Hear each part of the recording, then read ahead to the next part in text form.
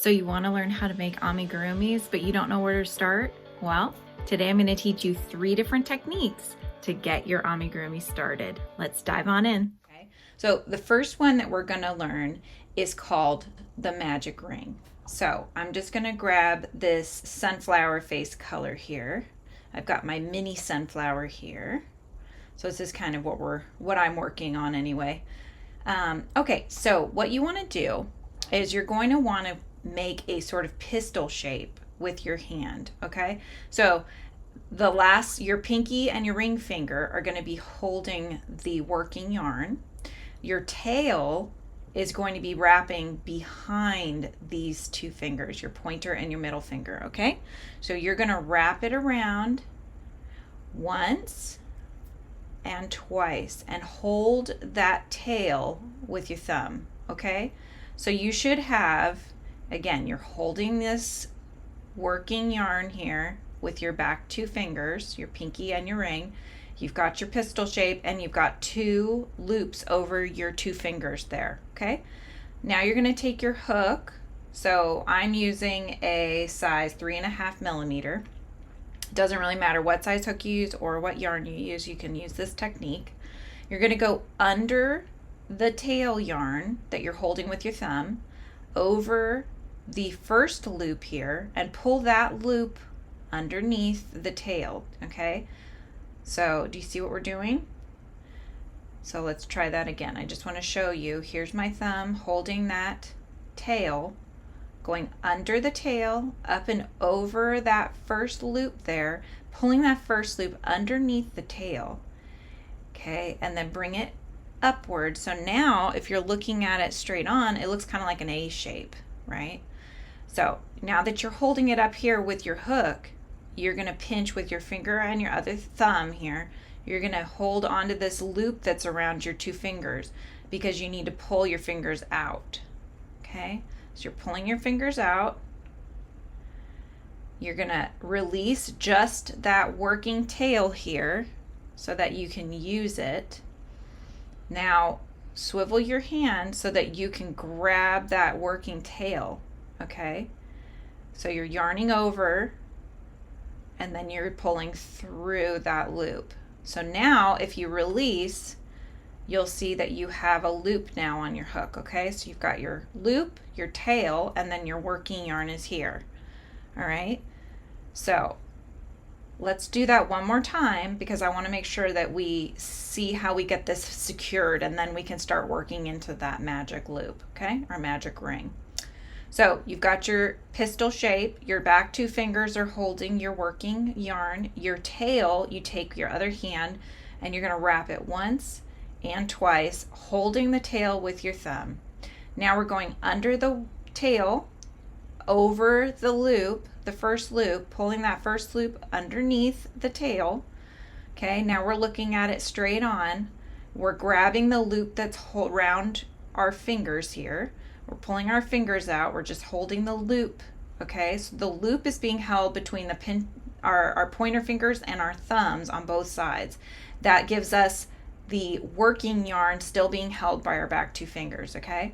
So with that, now you're going to go ahead and yarn over from the back and pull through. So now you have essentially put a slip stitch onto the ring, and that's what's holding the ring now.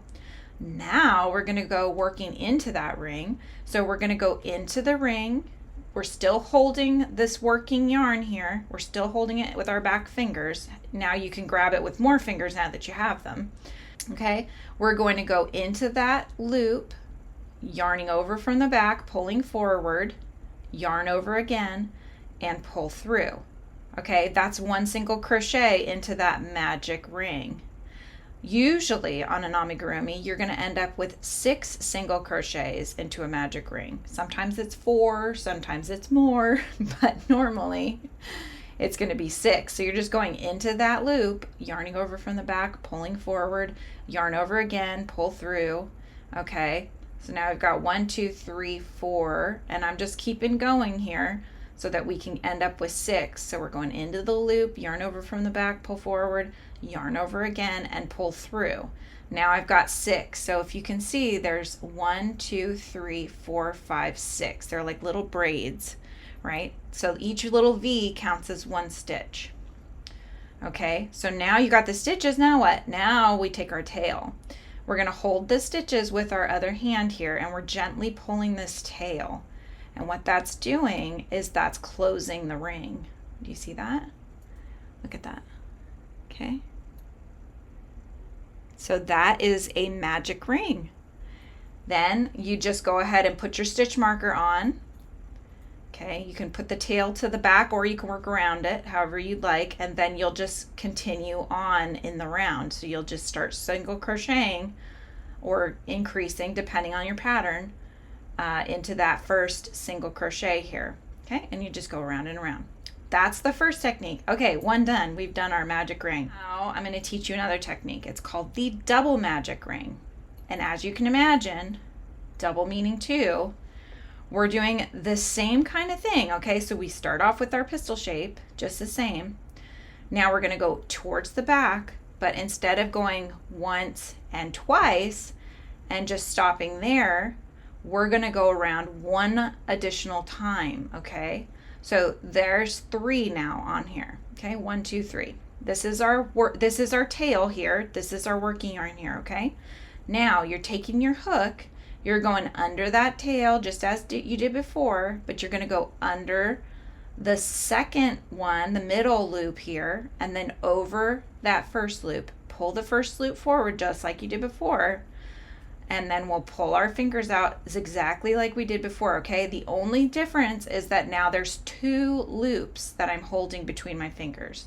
That's the only difference so far. Okay, so I want to explain why we would do a double magic ring too. So first we're yarning over from the back, pulling forward, and just pulling through. So that's our slip stitch on our double magic ring. So here's 2 loops and our tail. Okay, and then just as before, we're going into those 2 loops now, and we're just single crocheting those 6 because we're going to start off with a single crochet of 6. Okay, so let's just do that real fast. We're going in, yarning over from the going in, yarning over from the back, pulling forward, yarning over again, pulling through. I've got 1, 2, 3, 4, 5, and 6. Okay, here's where it's just a little bit different. What you want to do is you take your tail, you're going to gently start to pull it. If you see one of the loops start to go in, that's the loop you want to grab first. Okay, so this is the loop for me that's going in. Now I'm going to gently pull that loop, and you'll notice that the other one pulls in. Okay, so now I've pulled the one loop in, and now I just have the second loop. Now I take my tail again, where is it? And I pull that one. Okay, now that is the double magic ring. It looks the same, just like the single magic ring or the regular magic ring. Here's the difference. Especially depending on what kind of yarn you're using. With the acrylic yarns, it's not as big a deal because acrylic yarn is very sturdy, tight as it is. So most likely your little center ring, it's not going to loosen. Okay. Sometimes though, different yarns are different smoothness, softer, looser. They can be, okay? And what can happen over time is that little ring in the center can actually expand a little bit and leave a gap. With the double magic ring having those 2 in there, that prevents that from happening, or it makes it much more difficult, okay? Because it's doubly tightened. So that's the beauty of the double magic ring. You'll notice, and this is something that I've found personally, is that with certain yarns, for example, blanket yarns, they are so thick and they are so temperamental and sensitive to being pulled tight, they can actually just snap, that sometimes the double magic ring will not work because it will just make them snap rather than being able to actually do both those loops like we just did. So depending on the yarn you're using, if you can, I would suggest the double magic ring. If you can't, like in a blanket yarn or something, the regular magic ring will work just fine. Okay, so there's 2. I promised you one additional way to start an amigurumi piece. This is the way that before the double magic ring and before the magic ring came out, this was the way that you usually would start that center circle. So rather than wrapping it around your fingers and such, we're going to take our tail. We are going to wrap it just so that we can create a slip knot, okay? So to create a slip knot, you wrap it once, you take your tail, you tuck it in between that loop that you made, grab your tail now, and then just pull the loop, okay? So this creates a knot that is a slip knot. You can see that it slips. Then you're gonna put it on your hook, okay?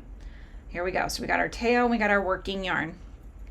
Now, what we're gonna do is we're gonna chain 1, 2, 3, 4, okay? So I'm going to chain 4. You could chain less, but what you need to do is basically you're going into that first chain. So if you see the V, you're going right in the middle of it. Yarning over from the back, pulling forward, and then pulling it through that loop, doing a slip stitch, okay? Now, what you're going to do is you're going to find that center hole because you just made a circle, right? You made a chain and then you connected it to the first one. That creates a small ring. You go right into that center and you start crocheting your single crochets. So I've got 1, going back into the same center hole. You've got 2. Here's another one, 3, 4, 5, 6. Oops, hang on, get that center one. There it is, 6. Okay. This one you're going to have to kind of shape it a little bit. That's also formed a ring. It's not as pretty, and it does have a little bit of a gap in there, but it is a possibility. So it is an additional way that you can create the magic ring. It's not the one I would recommend just because you really want that center magic ring, and you'll see this one right here, to be extremely tight. You don't want to have a gap there. Depending on what you're working on, you know, if you're making something else that's not amigurumis especially, for example, you know, slippers, something in the front where you just start that ring, it's okay to get away with a little bit of a gap here and there. However, I would normally do the double magic ring when I can, and then the magic ring if I can't. But in this case, you would then just go into your initial single crochet, like so, and then you would start doing your increasing after you place your stitch marker. But this is just for show, that's why I'm not grabbing one. Otherwise I would. And I'm just going to do an increase row so I can show you what it looks like at the end. So just give me one moment. Okay, here we go. So this is the one that we just did, and this is made with the chain to start. Okay, looks pretty good. I wouldn't say it's as good, but I mean, that's really personal preference. And I did get the center circle area, the center hole, pretty tight. So you could certainly do this technique, and it's entirely up to your preference and what is easiest for you to do. But either way, now you have 3 different techniques to start making your amigurumi. So let me know in the comments, guys, which is your favorite. Would you pick the magic ring, the double magic ring, or working into that chain to get the ring that you need? All right, I hope you enjoyed this video. Please don't forget to like and subscribe, and don't forget to hit that notification bell so that you'll be let know of any new videos that come out here on Frizzy Bee. Thanks, guys.